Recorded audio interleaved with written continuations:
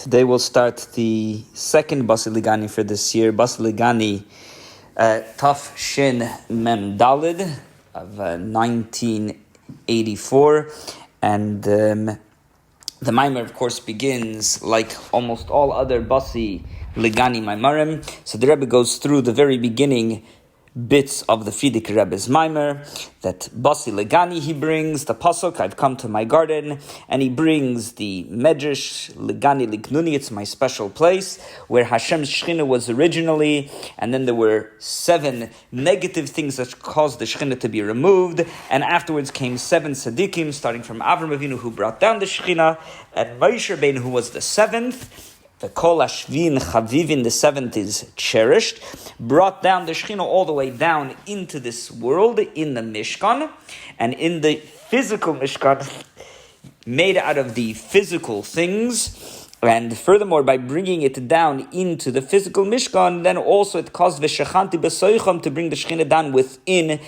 every single Jewish person.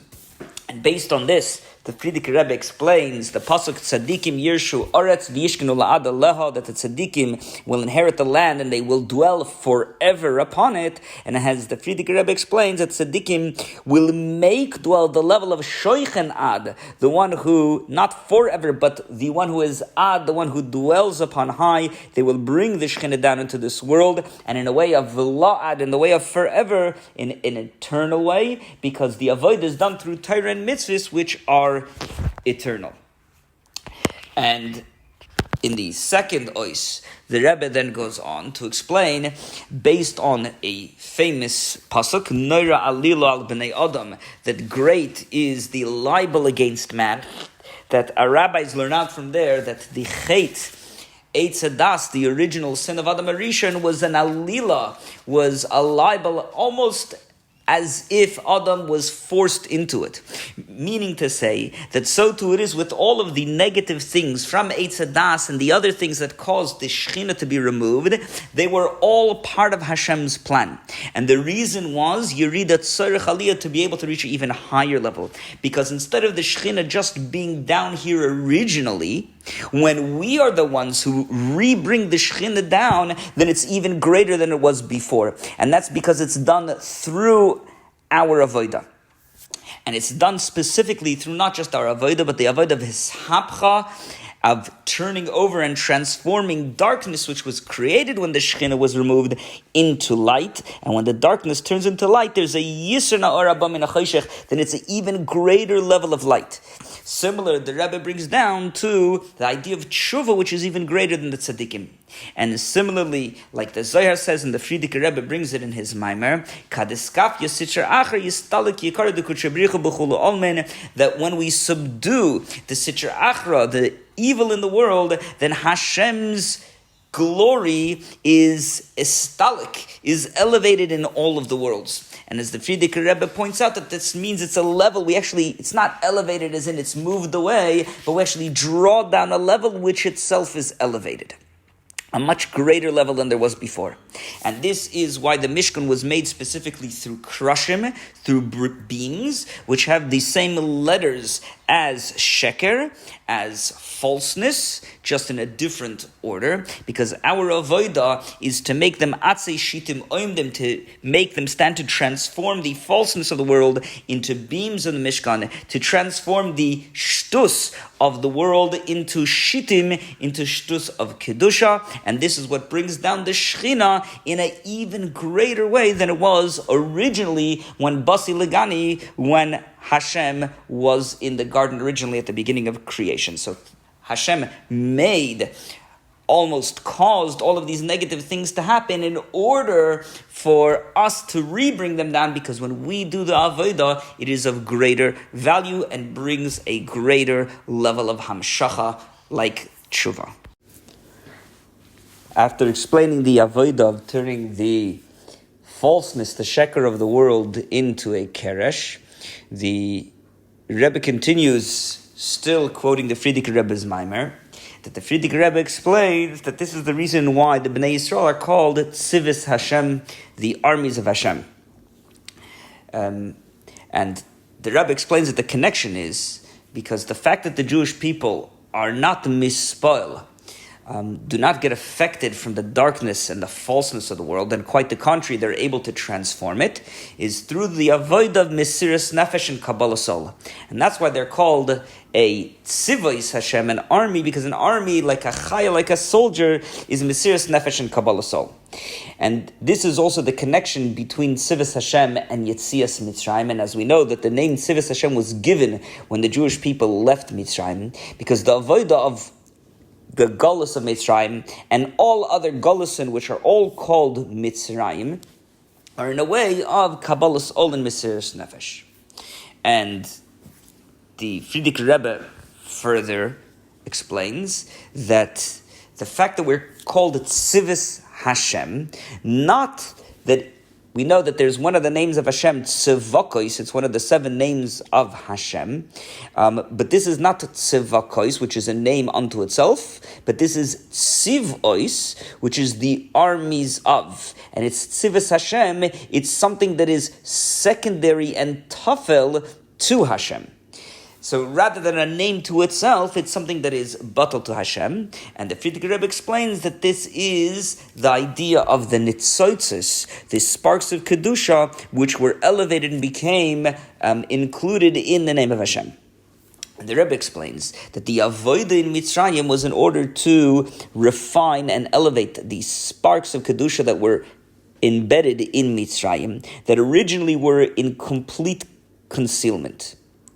And the Rebbe explains that we know the source, the shurish of all concealment comes from Shem Elikim, which has the gematria, the numerical value of Hateva, nature, which nature also conceals over godliness. And even though really Elikim is godliness, and it only has the numerical value of nature, meaning to say that the Elikus itself is revealed, whereas the Teva, the nature part, is just a gematria. Nevertheless, it is this source and the root for nature afterwards, meaning to say that godliness of Elikim through a lot of tzimtzum becomes concealed until it becomes nature. And as Chassidus explains that the word teva, nature, also comes from the word tubu, like tubu b'yamsuf, to be drowned, meaning to say that the godliness is sort of covered and drowned until it is completely hidden. However, the avodah of Tzivos Hashem, the army of Hashem, through Kabbalah's Ol, is able to refine those sparks, meaning to say they're able to bring them, schlep them out from that concealed state into a revealed state.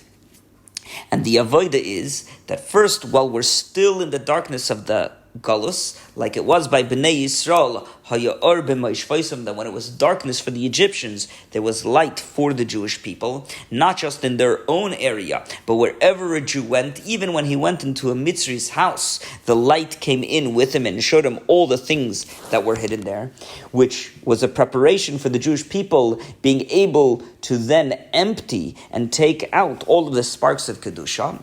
And then later on, when they left Mitzrayim, and by the Kriyas Yamsuf, we are told that the biza, the loot that the Jewish people got from Yamsuf was even greater than what they got in Mitzrayim, meaning to say that even those sparks of Kedusha, which were so concealed that beforehand it was impossible in Mitzrayim to be able to elevate them, those very sparks they were able to then elevate by Kriyas Yamsuf. And not only they were able to elevate them, but Pari himself, the Egyptians, were the ones who went and brought it to them. Practically, they were the ones who had gold and silver and gems all over their chariots, and they ran to the Jewish people and drowned in the Yamsuf, and therefore the Jewish people were able to retrieve all of these gems. But on a spiritual level, what that means is that Pari himself literally brought the sparks of Kedusha to the Jewish people.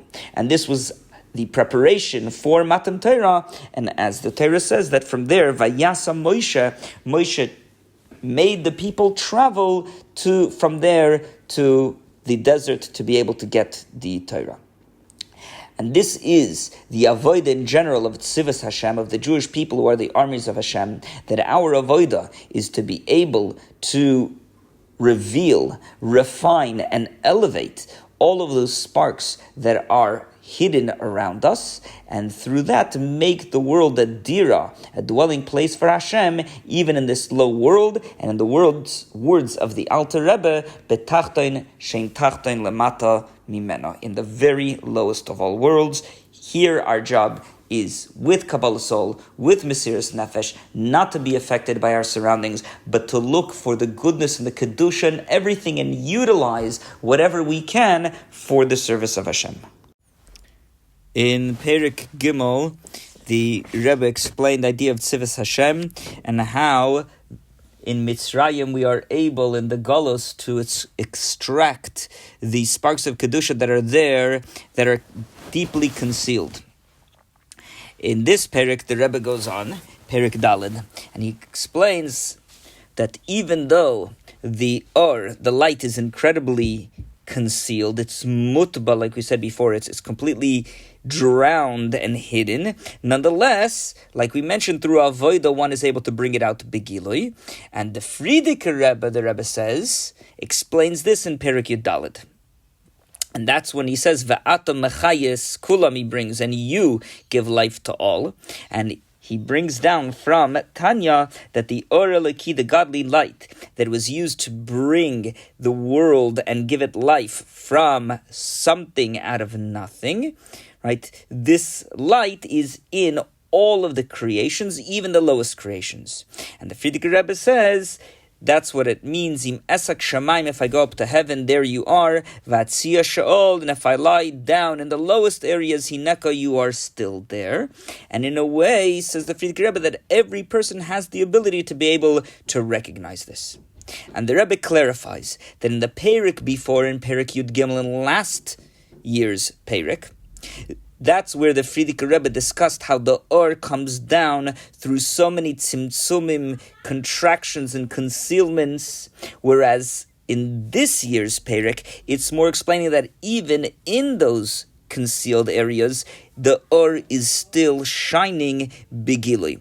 And as is stressed from the pasuk, Ve'ato mechayes kulam, it is you who give life to all, that it's you in the second person. That means open and revealed as if we are talking directly to you. And he explains that this Or Eliki, which goes down and shines in the world, is not affected and isn't changed by the world. And even though there is a level that through being enclosed in the world does become affected, the Frierdiker Rebbe explains that that's the chayis, the level of chayis that's called koyach. And as is known, what the Alter Rebbe brings, that there are three different terms, Or, chayis, and koyach. And he explains, Chassidus explains the difference, that koyach is separated from its source, and therefore it is concealed. Whereas Or and Chayis are constantly connected to their source in a direct way, and therefore they are revealed. The difference is that Or is more encompassing and doesn't actually enclose and invest itself, whereas Chayis is pnimi and invests itself. Nonetheless, both Or and Chayis, when they come down, they do not change, as koyach can. After explaining three levels of energy, Or, Chayis, and koyach, and how Or and Chayis are connected to their source, whereas koyach is separated from the source, the Rebbe now begins where his Maimer really starts to take a different turn. As the Rebbe says, we know that according to Chassidus, there's yet a fourth level called Shem, name. And as is known from Shar Yuchad Ve'emunah of the Alter Rebbe, that the names which all the creations were given, they are the letters through which Hashem, from the 10 utterances, from the 10 Maimaros, which Hashem creates and gives life to all of the creations. And therefore there's a energy that is not Or Koyach or Chayis, but it's called Shem. And furthermore, we know from Adam Arishon that Kol asher yikra lo Adam nefesh chaya hu shmoi, that whatever name Adam Rishon gave to the animals, that was the name which it was called. And as Chassidus explains, that the names represent their chayas. And in fact, this is why it was considered such a great wisdom for him to call them names, because he was able to see the chayas that corresponded to each and every animal. He was able to see its source. And similarly, it is with individual people's names as well, that we are told that the names represent their chayas, which is why, chas v'sholem, if a person is ill, we add a new name to add new chayas. So we see that the chayas, the energy which is in the person or in a being, is actually called Shem. And how does that fit in with the Friedrich Rebbe's Maimer that says there's Or and Chayas and Koyach? The Rebbe says, furthermore, not only is there this fourth level called Shem, but Shem seems to be the opposite of Or. Until now we've said Or, and Chayas is what comes in. Now this Shem not only is different, but it's opposite, because Or is revelation, and Shem is concealed. And as we know that the Or, the light, is always similar to its source of light, which is why by looking at the light, you can understand where its source is from. You can look at the light and say, this is sunlight, this is a flashlight, this is a light. By looking at it, you understand where it comes from. Whereas the name, just by looking at a name, that doesn't necessarily get you to understand the being that carries that name. And as we see by people, you could have two different people with the same name with very different characteristics. So the name itself is completely, it is the chayas, but in a way where it's concealed and you cannot see it. Which is also the reason why Adam Arishon was praised for being able to recognize the names of the animals, because if it was obvious, if the names just represented their chayas, then anyone should be able to do it. It takes great wisdom because that was really concealed in the name, and it took great wisdom to be able to do that.